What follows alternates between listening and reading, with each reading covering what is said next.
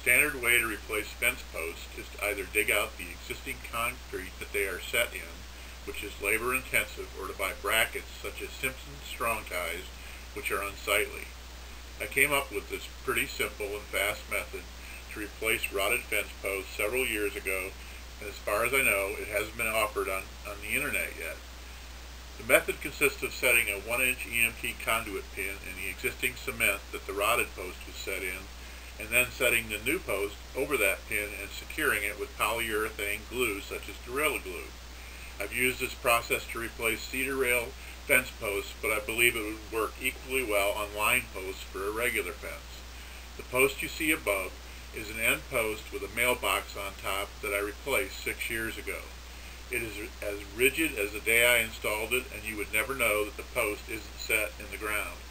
My experience with cedar posts such as these is that they last in the ground 12 to 15 years, but I suspect this method will cause them to last longer and prevent the rot. So here you can see the conduit pin plumbed and set in the 5-minute fence post concrete that basically is going to provide the support for your new post. And here I'm trial fitting the rails and the post over the pin to make sure that everything lines up and is plumbed. So if you're going to use this method, here is what you will need. I find that EMT Conduit works fine and is rugged enough for most applications.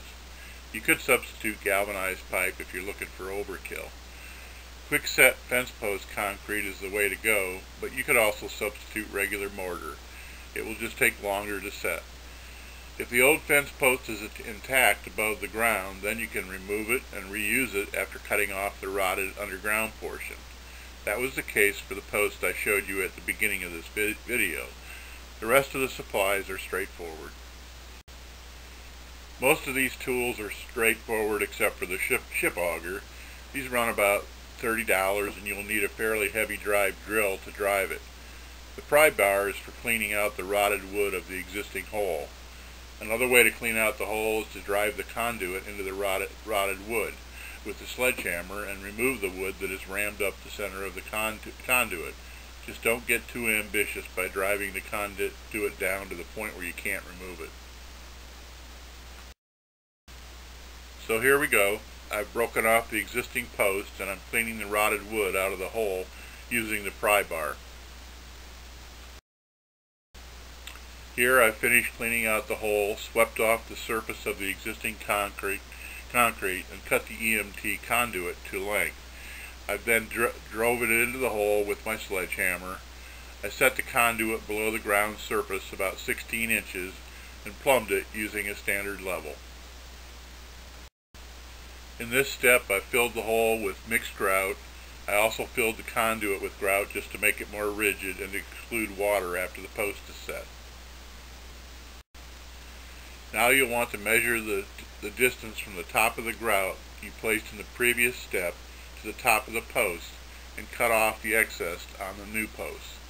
I ran a string from adjacent posts to establish the distance from the grout to where the top of the post should end.